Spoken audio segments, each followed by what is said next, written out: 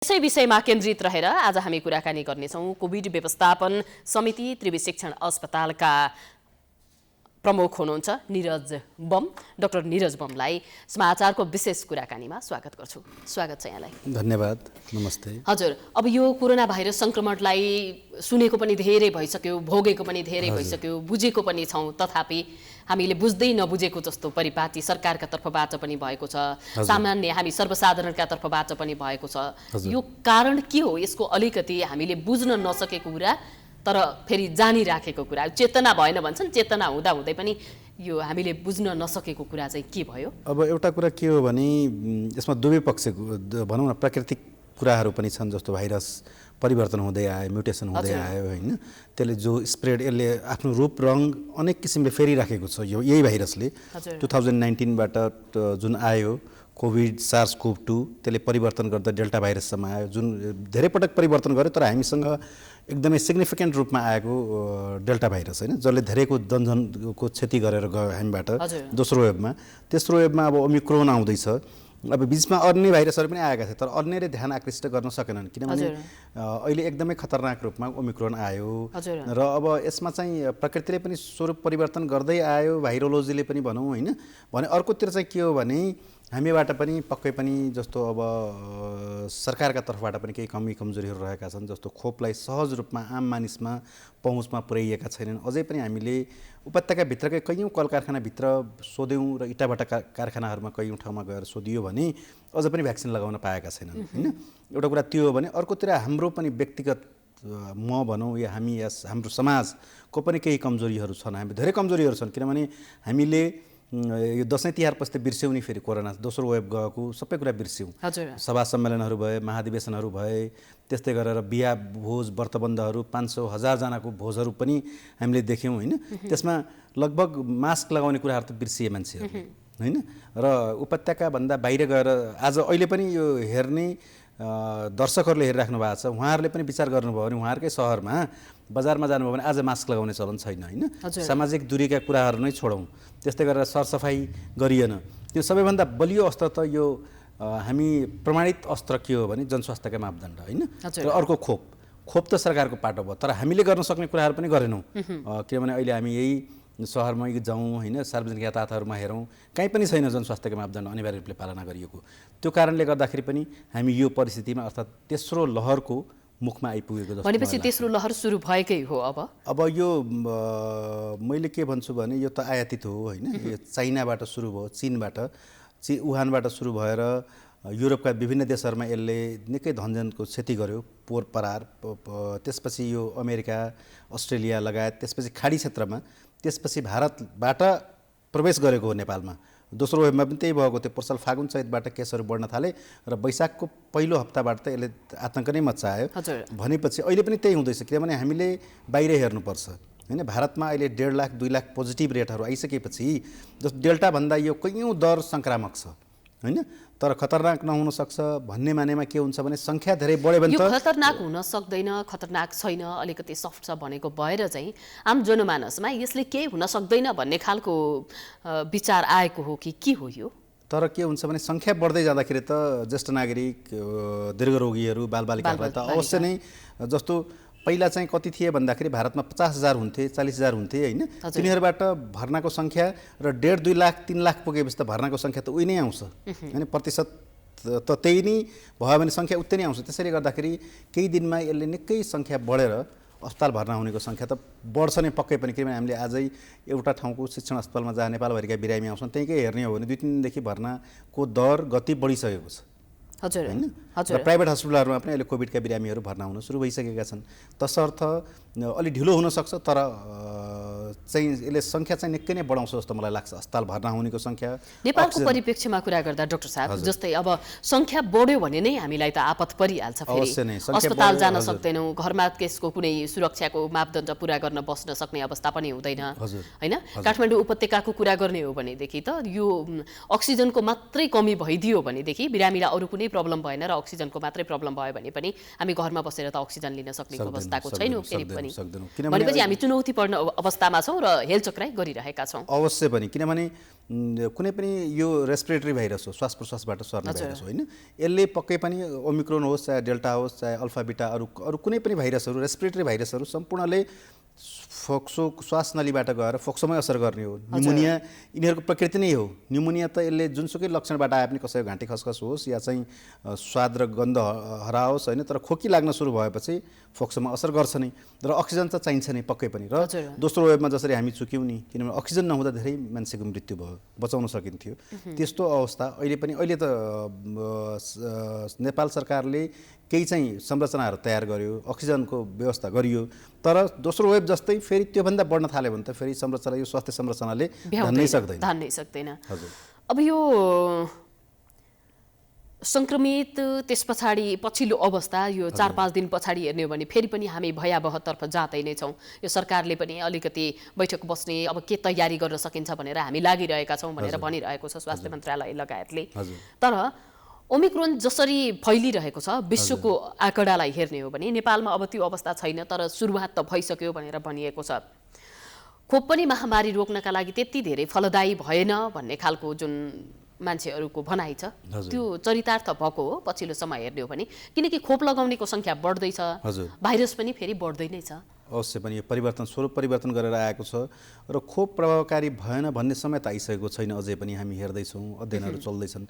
तर पनि एउटा के देखिएको छ भने अहिले भर्ना भइराखेका बिरामीहरू 50% जति, करिब आधा जति बिरामीहरू दुवै डोज लगाइसकेका बिरामीहरू नै छन् होइन। तसर्थ खोप कतिको प्रभावकारी हो भन्नाले हेर्नलाई, किनभने दूर दराजबाट आउनु भएको छ कतिपय बिरामीहरू जहाँ खोप पुगेकै छैन होइन। एउटा खोपको प्रभावकारिता हेर्न त सम्पूर्ण नेपालीहरूले खोप लगाइसकेपछि बल्ल थाहा हुने कुरा हो। र दोस्रो वेभमा त पक्कै पनि यसले कम गराउन सहयोग गरेको थियो, तर अब 6-7 महिना भइसक्यो धेरै लगाएको होइन। त्यसैले गर्दाखेरि यसले दिएको रोग प्रतिरोधात्मक क्षमता, एन्टिबडिजहरू कम हुँदै गएर बुस्टरको आवश्यकता परेको हो कि, किनभने बुस्टर दिन सकिएको छैन, किनभने दूर दराजमा त पहिलो डोज नै पाएका छैनन् होइन। पहिलो डोज दोस्रो डोज नै नलगाएकाले बुस्टर लगाउन पाउँछन् कि पाउँदैनन्, के हुन्छ? बुस्टर भनेकै दुईटा डोज लगाइसकेपछि तेस्रो चाहिँ त्यसलाई इम्युन प्रमोसन गर्नलाई होइन, रोग प्रतिरोधात्मक क्षमता कम हुँदै गएकोलाई अझ अभिवृद्धि गर्नलाई लगाइने खोप हो। त्यसैले त्यसलाई बुस्टर भनेको नाम नै दुईटा लगाइसकेपछि तेस्रोमा हो। हजुर, अब यो भोलिका दिनमा ओमिक्रोनको फैलिने क्रम बढ्दै गएको खण्डमा अस्पतालले कति धान्न सक्ने, अस्पताल प्रशासन कस्तो किसिमको तयारीमा छ, सरकारबाट के कुराहरूमा निर्देशन भएको छ, के कुराहरूमा चाहिँ अब हामी सहजता प्रदान गर्छौँ भनेर कमिटमेन्टहरू केही भएको छ होला कि छैन कि, यो विषयमा पनि जानकारी गराइदिनुहोस्। अब सरकारले अहिले डाटा लिएर गइसक्नु भएको छ, उहाँहरूले मन्त्रालयले, विश्व स्वास्थ्य सङ्गठन सहित उहाँहरू टिम भएर होइन, हजुर मानव जनशक्तिहरू कति छ, स्रोत साधन के कति छ, कतिसम्म जान सकिन्छ भनेर त उहाँहरूले डाटा लिइसक्नु भएको छ अघिल्लो हप्ता नै।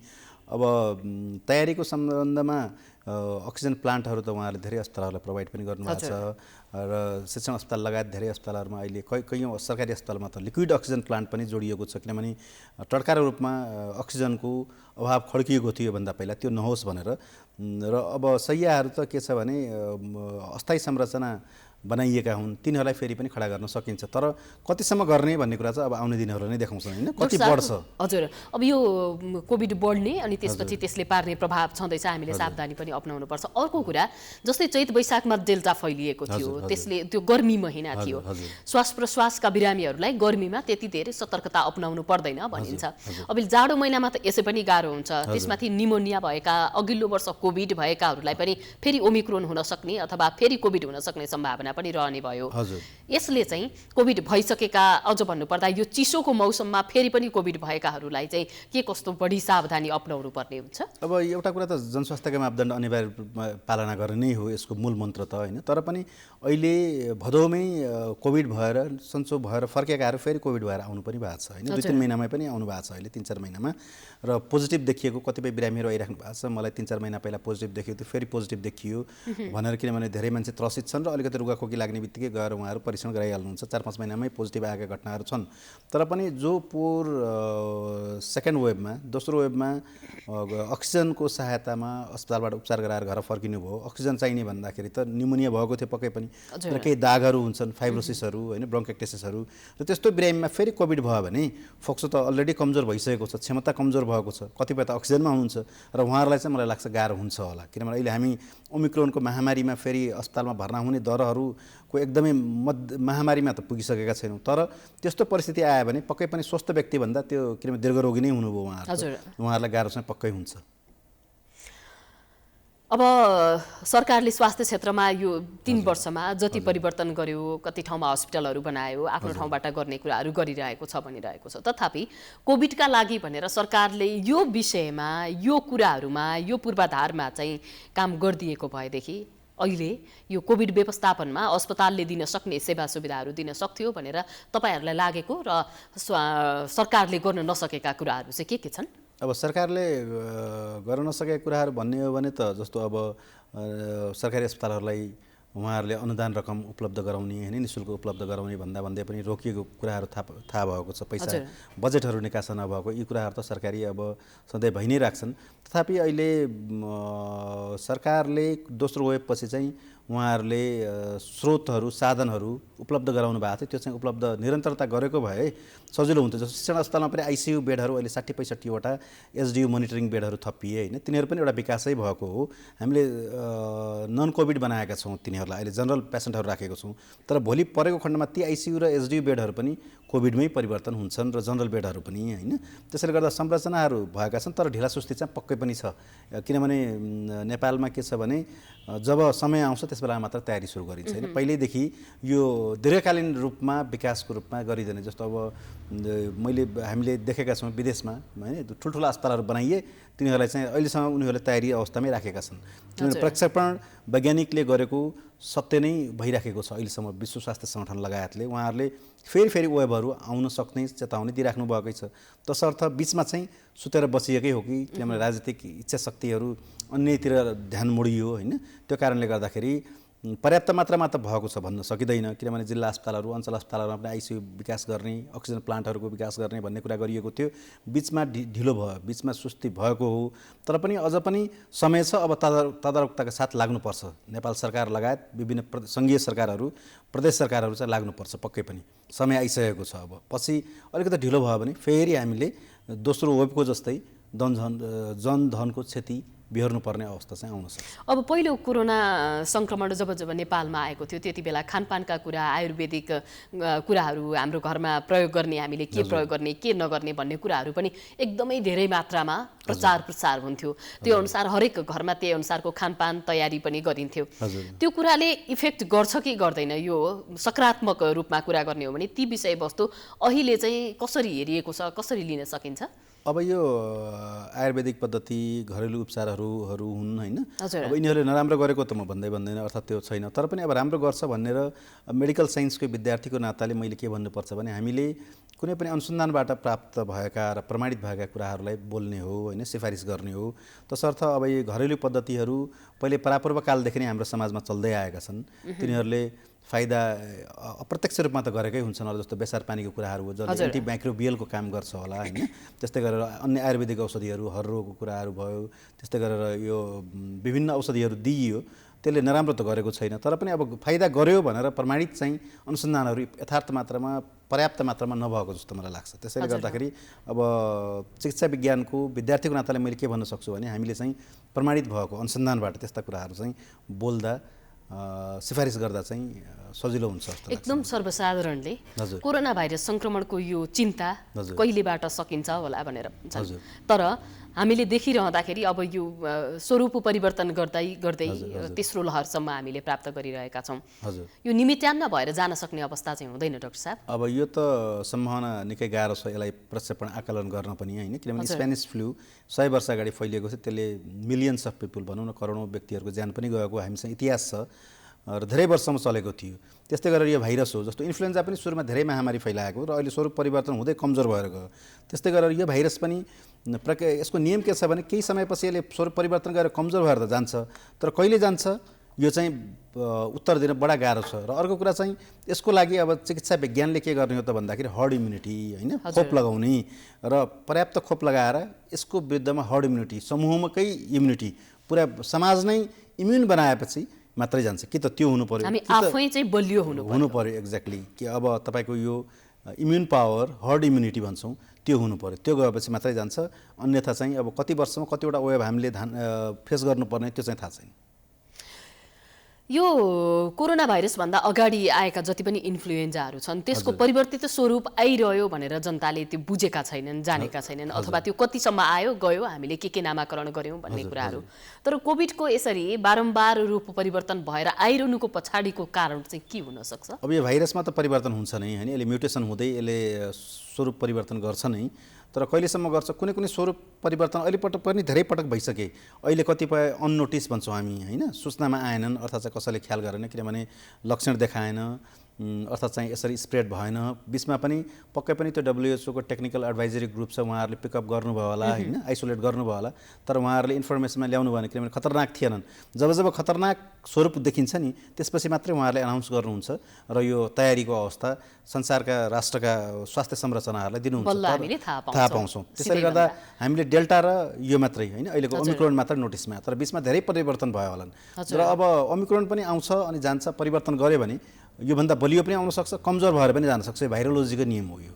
तर कहिलेसम्म परिवर्तन भइरहेको छ र कहिलेसम्म यो वेब जस्तो एउटा भूकम्प आएपछि 72 सालमा पराकम्प पर्व आइरहेको छ, यो कहिलेसम्म आउँछ नि यो चाहिँ आकलन गर्न धेरै गाह्रो। अब हामी अन्तमा आइसकेका छौँ कुराकानीको। विशेष कुराकानी गर्दै गर्दा ओमिक्रोनको पछिल्लो लक्षण र पहिला कोभिडको लक्षणहरू लगभग उस्तै थिए, केही फरक छन्, के छ यसको? अब केही सुन्नमा आएको चाहिँ घाँटीमा बस्छ, धेरै घाँटीमा खसखस गर्छ भन्ने कुराहरू, घाँटीबाट सुरुवात हुन्छ भन्ने कुराहरू आएको छ। तर पनि रेस्पिरेटरी भाइरस, श्वास प्रश्वासबाटै सर्ने भाइरस भएको हुनाले पक्कै पनि यिनीहरूले असर गर्ने फोक्सोमै हो होइन।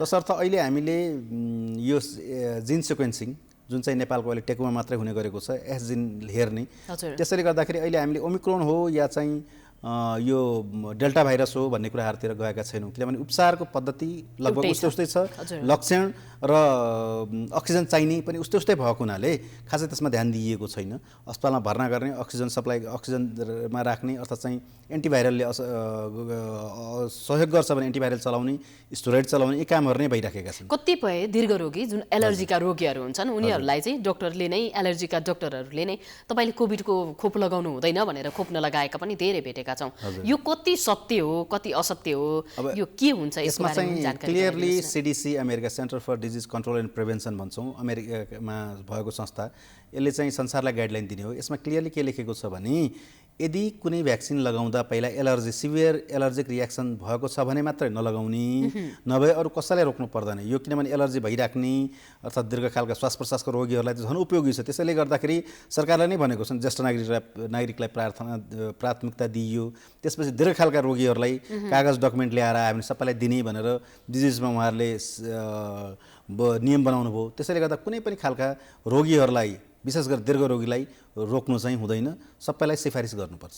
हजुर, हस्, यहाँलाई धेरै धेरै धन्यवाद। हामीले अब सरकारका तर्फबाट हुने पहल कदमीमा यहाँहरूलाई सरकारको सारथीका रूपमा प्राप्त गरेका छौँ।